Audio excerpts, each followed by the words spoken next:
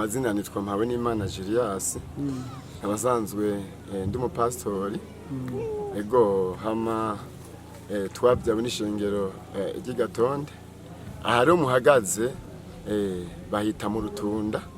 Rutunda ego murakoze cyane twebwe nk'ishengero ry'abatiste ngaha mu Rutunda twaragiye hamwe turiyumvira turagira ico bita imbono kugira ngo tujane na leta mw'ibi bihe hama mu ntumbero kugira ngo dutange twararavye mu gihe twari ko turiga uko tworondera ivyuma by'umuziki turabona yuko dukwiye gukora ikintu kijanye no kwitanga kugira twiyemeze hama noneho tugure ivyo vyuma vy'umuziki kugira ngo umurimo w'Imana urushirize kugenda neza kandi abantu b'Imana nabo barakunda yuko ivyuma bivuga kandi bikaza kugenda neza mu ndirimbo no gusohora amajwi hirya no hino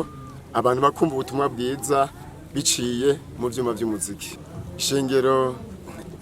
ririko rimara imyaka 7 mugabo nitwa shika mu kwezi k'umunani tuzoba dukwije imyaka 8 ego hama nivyo mwiboneye mumaze kuhashika mwabonye urusengero uko gubatse no kuvuga abakristo ndongoye barafise ishaka rikomeye cyane ryo gukora umurimo w'Imana atari kubw'amajambo kandi bakoze mu mufuko kandi ngaha turanafata n'umwanya wo gukora ibipatane cyo bita ibiraka tugaca amafaranga akaza noneho kuhira yandi yo kwitanga kugira ngo dushike ku ntumbero y'icyo twipfuza gushikako hama kubijanye na kunguko ku by'ukuri abantu baragwira kandi ishengero Baptiste ino rirakunzwe cyane kuko nta karimbiri rifise nta macakubiri n'ishengero ryunze ubumwe mu mpande zose rero abakristo turabigisha kwiteza imbere hama kandi abandi bakatwigirako bakabona akaroro keza dufise hama nabo bakizera bakadukurikira mu buryo bw'impwemu no mu buryo bw'umubiri hama twebwe turasenga ku munsi wa kane ku mugoroba twisunze intunganyo ya leta hama kandi ku munsi wa gatandatu turasenga isaa 6 tukageza isaa 9 kandi ku munsi wa Mungu turasenga guhera isaa 3 kugera isaa 6 bivanye n'urutonde rw'uyo munsi hari igihe saa 6 tuba dusohotse canke iyo minota ikarenga ko ivyo niko tubikora turasenga kweri twebwe by'ukuri nk'abatwumva no kuvuga barabona noneho umuvuduko turiko kuko dusanzwe dukorera ahantu hagenda hagaragara hama ku by'ukuri turaba gushigikirwa ubwa mbere twebwe turiyumvira ibijanye n'amashure iryo naryo n'iterambere ryo mu buryo bw'umubiri kandi mu gihe turosa amashuri ni ikintu cyiza cyane kuko abantu baraca ubwenge bagakora ibikorwa bitandukanye bivanye n'uko bize hama rero ku by'ukuri twebwe nk'imbono nk'abo dushigikira kugira ngo iterambere rijanye n'amashuri